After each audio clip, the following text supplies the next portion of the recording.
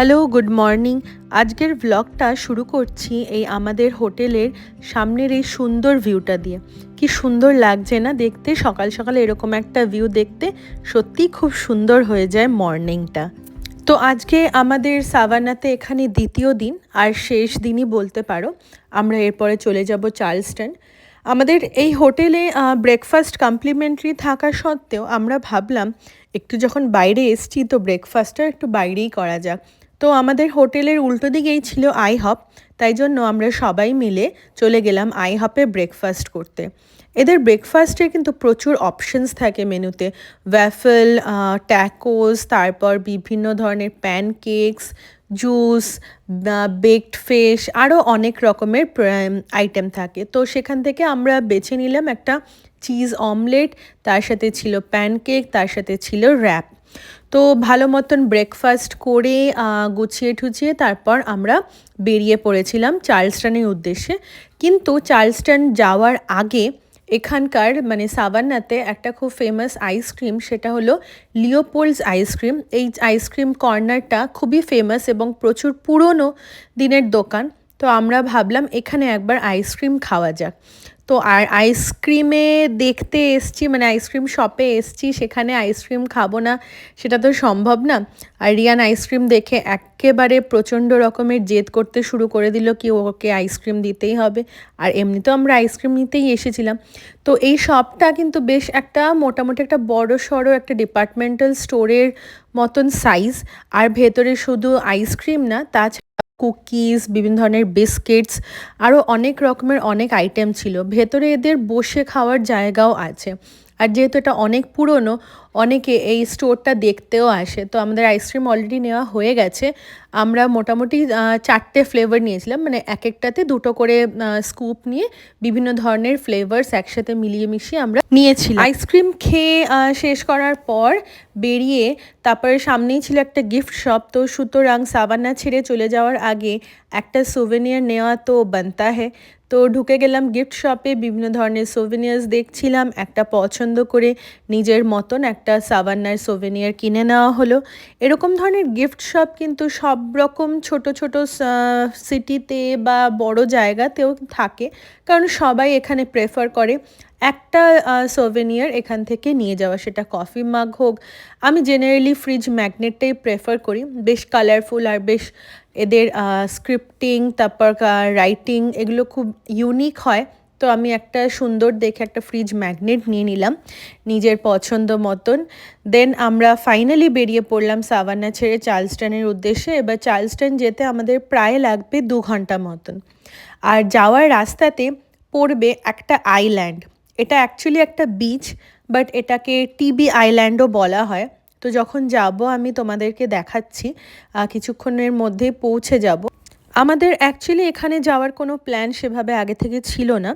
On the way এটা পড়ছে বলে আমরা সবাই মিলে ডিসাইড করলাম ঠিক আছে কিছুক্ষণ থেমে একটু দেখে যাওয়ার জন্য। বাট বিচের উদ্দেশ্যে করে আসিনি, মানে রিয়ানের বা সন্দীপের বা আমারও বিচে পরার মতন এক্সট্রা জামা কাপড় সেভাবে করে আমরা প্ল্যান করে আসিনি বলে, টাওয়েল, ম্যাট, আমব্রেলা কিছুই সেভাবে করে আনা হয়নি বলে আমরা জলে নামলাম না।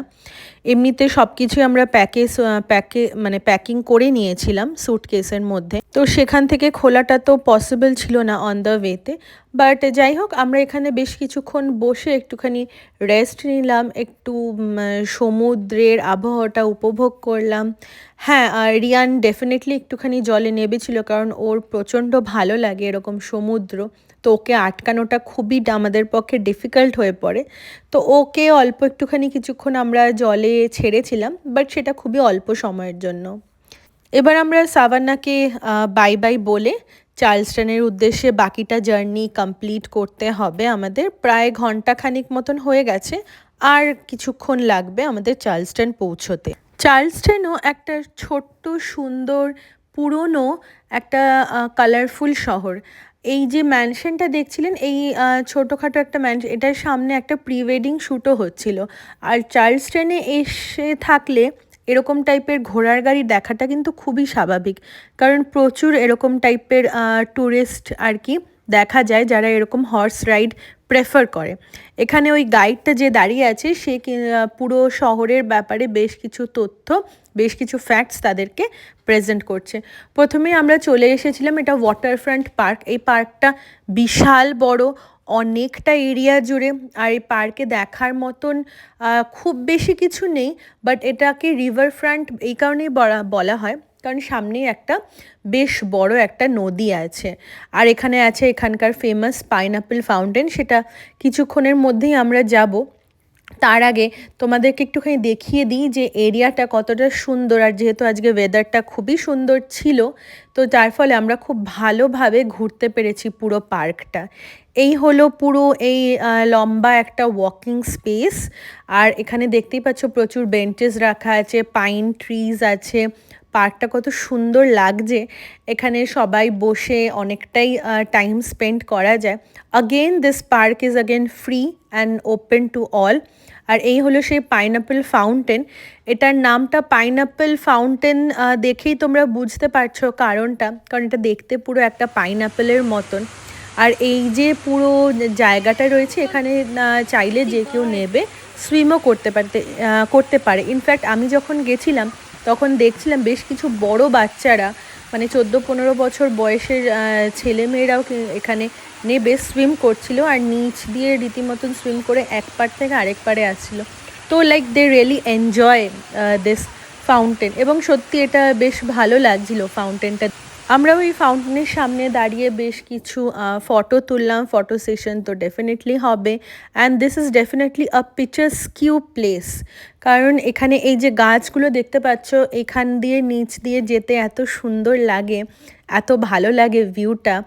একটা দুটো ফটো না তুললেই নয় আর কি বলা যায়। আর এরকম ধরনের পার্কগুলো এখানে খুব ফেমাস হয়, কারণ এই ধরনের পার্কগুলো এখানকার লোকজন প্রচুর প্রেফার করে। এই পাশটা এখানে আমরা দেখছিলাম ওয়াটার ট্যাক্সি রয়েছে, মানে ওয়াটার ট্যাক্সি বলতে একটা ছোটোখাটো বোটের মতনই দেখতে। ওই পার্কগুলো কি করে, মানে ওই রাইডসগুলোতে তোমাদেরকে পুরো অনেকটা এরিয়া জুড়ে একটা রাইড দেবে অন দ্য ওয়াটার, তো এগুলোকে বলা হয় ওয়াটার ট্যাক্সি। জেনারেলি যে কেউ খুব নমিনাল একটা ফিস লাগে, সেই ফিস দিলে যে কেউ এখানে কিন্তু এই ওয়াটার ট্যাক্সিগুলো রাইড করতে পারে। তো এই পাইনঅ্যাপেল ফাউন্টেন ওয়াটারফ্রন্ট পার্ক দেখে আমরা বেরিয়ে পড়লাম। এবার আমরা ঘুরবো একটু চার্লস্টনের রাস্তাগুলোতে। এখানকার যেহেতু আমি প্রথমেই বললাম যে this is a very colourful city, তো দেখতেই পাচ্ছ এই সমস্ত বিল্ডিংসগুলো কিন্তু বেশ বিভিন্ন ধরনের সুইট কালার্স, মানে নুড আর সুইট কালার্সে এগুলো পুরোপুরি পেন্টেড। এখানে মেনলি আমি বেসিক্যালি দেখলাম হোয়াইট, ক্রিম, হালকা পিঙ্ক, হালকা ভায়োলেট, ল্যাভেন্ডার, একটা দুটো একটু ব্রাইট কালার্সও ছিল। আর এই বিল্ডিংসগুলো যেগুলো কর্পোরেট বিল্ডিংস, এখানে বেশিরভাগই কিন্তু সব পুরনো বিল্ডিং। এটা হলো রেনবো এই কারণ এখানে পরপর অনেকগুলো বিভিন্ন ধরনের কালার্সের বিল্ডিংস আছে, তো তাই জন্য রেনবোতে যেরকম 7 কালার্স থাকে, তো এখানেও সেরকম বিভিন্ন ধরনের কালারফুল বিল্ডিংস রয়েছে। চার্লস্টনও আমরা মোটামুটি কভার করেই ফেললাম, এখন প্রায় বিকেল হয়ে গেছে। এবার আমরা চার্লস্টন থেকে বেরিয়ে পড়লাম আমাদের বাড়ির উদ্দেশ্যে। ওইখানেও যেতে অনেকটাই সময় লাগবে। রাস্তাঘাটে সাবওয়ে বা বিভিন্ন ধরনের টুকটাক রেস্টুরেন্ট, স্টারবাকস এগুলো আমাদের চলতেই থাকে, কারণ কিছু না কিছু একটুখানি স্ন্যাক্স দরকার হয়। প্লাস আমরা হোটেল থেকে বেরোনোর আগেও আমরা সামনের কিছু দোকান থেকে কিছু টুকটাক স্ন্যাক্স নিয়েছিলাম। এই বাড়ি ফেরার পথে এই যে বিকেলবেলাটা এই সুন্দর এই যে আকাশের এই ভিউটা কিন্তু সবসময় দেখতে পাই না। সবসময় আকাশটা তো পরিষ্কার হয় না, কিংবা অনেক আমরা লেটে বেরোই। তো আজকে যখন এখান থেকে বেরোলাম এই ভিউটা খুব সুন্দর লাগছিল দেখতে। Thank you.